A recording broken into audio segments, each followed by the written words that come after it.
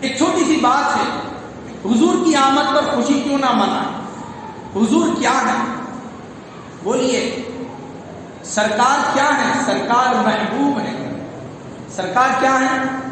محبوب کبریا ہے۔ ارے محبوب کے آنے پر خوشی نہیں منائیں گے تو اور کیا منائیں گے؟ محبوب کی تشریف آوری پر وہی خوشی مناتا ہے جو محبوب کو محبوب رکھتا، اور جو محبوب کے آنے پر خوشی نہیں مناتا پتا چلا کہ وہ محبوب بھی نہیں۔ یہی وجہ ہے، مواہب اللدنیہ کے حوالے سے میں کر رہا ہوں، حضرت شیخ الاسلام بانی جامع نظامیہ رحمۃ اللہ تعالیٰ علیہ نے شب میلاد کی فضیلت بیان کرتے ہوئے آپ نے بیان فرمایا کہ شب میلاد جس رات حضور کی تشریف آوری ہوئی، اور یہ بھی بات قربان جائیے، سرکار کی جو ولادت ہوئی وہ صبح صادق کے وقت ہوئی۔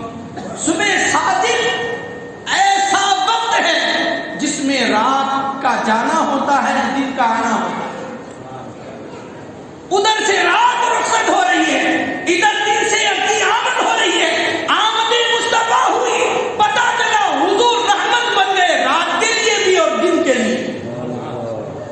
حضور رات کے لیے بھی رحمت ہوئے، دن کے لیے بھی رحمت ہوئے، کیونکہ دن کا آنا ہے، رات کا گزرنا ہے۔ نہ رات پوری گئی تھی نہ دن پورا نکلا تھا، سرکار کی آمد ہو گئی۔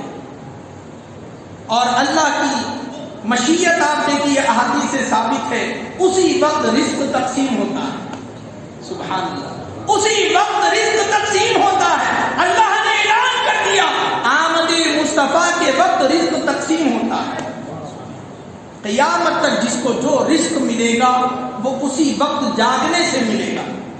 اب اس وقت اگر سو جائیں گے، بعد میں اٹھیں گے تو پھر جب بڑھ رہا تھا اس وقت سو رہے تھے، اب اٹھنے کے بعد کہتے ہیں کہ نہیں ملا تو کہاں سے ملے گا؟ جب بڑھ رہا تھا تب تو سو رہے تھے۔ الغرض محترم بزرگوں اور دوستوں، اب چونکہ حضور صبح صادق کے وقت تشریف لائے، رات کے وقت تشریف لائے، اب جب رات کے وقت تشریف لائے تو جس رات حضور کی آمد ہوئی وہ رات کے بارے میں بزرگوں نے فرمایا شب قدر سے افضل ہے۔ بولیے سبحان اللہ، شب قدر سے افضل ہے۔ شب قدر سے افضل کیسے ہو گئی؟ تو کہا شب قدر میں قرآن کا نزول ہوا، اور شب میلاد صاحب قرآن کا نزول ہوا۔ ان کی آمد ہوئی تو قرآن کا نزول ہوا، اگر یہ نہ آتے تو قرآن کا نزول کیسے ہو سکتا تھا؟ تو حضور کی آمد قرآن کا سبب بنی، نزول قرآن کا سبب بنی۔ جب نزول قرآن کی رات تمام راتوں سے افضل ہے تو پھر نزول مصطفیٰ صلی اللہ علیہ وسلم کی رات تمام راتوں سے افضل ہو جائے گی۔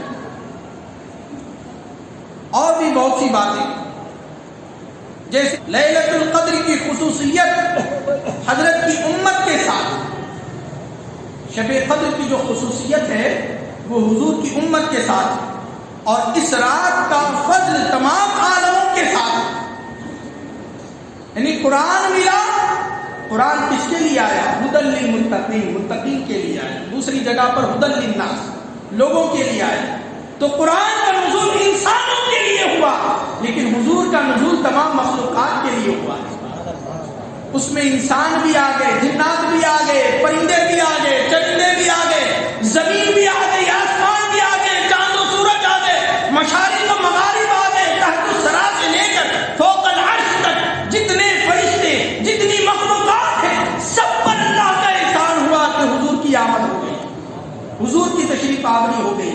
تو اس سے بزرگان دین فرماتے ہیں کہ نزول قرآن عالم انسانیت پر رحمت تھی، اور نزول مصطفیٰ، آمد مصطفیٰ صلی اللہ علیہ وسلم تمام عالموں کے لیے رحمت ہے کہ اللہ نے فرمایا رحمت للعالمین۔ تو ظاہر سی بات ہے کہ یہ رحمت تمام عالموں کو شامل ہوئی، لہذا ان کی آمد شب قدر سے زیادہ افضل ہوگی۔ تو محترم بزرگوں دوستوں، اس کی ایک اور تمثیل بھی حضرت شیخ الاسلام نے بیان فرمائی کہ والد اگر سردار بن گئے تو بیٹوں کے لیے نصیب کی بات ہوگی۔ لوگ کہیں گے کہ دیکھو بھئی یہ تو فلاں صاحب کے بیٹے، جیسے ہم دیکھتے ہیں سی ایم صاحب کا بیٹا ہے وہ بھی پھر عام نہیں رہتا، بھی پھر بڑی پوسٹ پر چلا جاتا ہے کیونکہ وہ بیٹا ہے، ظاہر سی بات۔ کوئی پیر صاحب ہے، کوئی مرشد ہے، پھر ان کا بیٹا بھی معمولی نہیں رہتا کہ وہ بھی مریدوں کے لیے محبوب ہو جاتا ہے، خانقاہی والوں کے لیے محبوب ہو جاتا ہے، پھر اس کو کیا کہتے ہیں؟ صاحبزادہ کہتے ہیں۔ استاد ہے، استاد کا بیٹا ہے، پھر شاگردوں کی نظروں میں وہ بیٹا بھی محبوب ہو جاتا ہے کہ میرے استاد کا بیٹا۔ تو پھر سرکار کیا ہے؟ سردار الانبیاء۔ سرکار کیا ہے؟ امام الانبیاء ہے۔ سرکار کیا ہے؟ وجوہ تخلیق کائنات ہے۔ وہ جو جن کے لیے اللہ نے عالم کو بنایا، وہ جو جن کو اللہ نے انبیاء کا سردار بنایا، اس نبی کے ہم امتی ہیں۔ تو نبی کا معزز ہونا، نبی کا سردار ہونا امت کے لیے خوش نصیبی کی بات ہوگی، تو امت اس نبی کی آمد پر خوشیاں کیوں نہیں منائے؟ خوشیاں کیوں نہیں منائے؟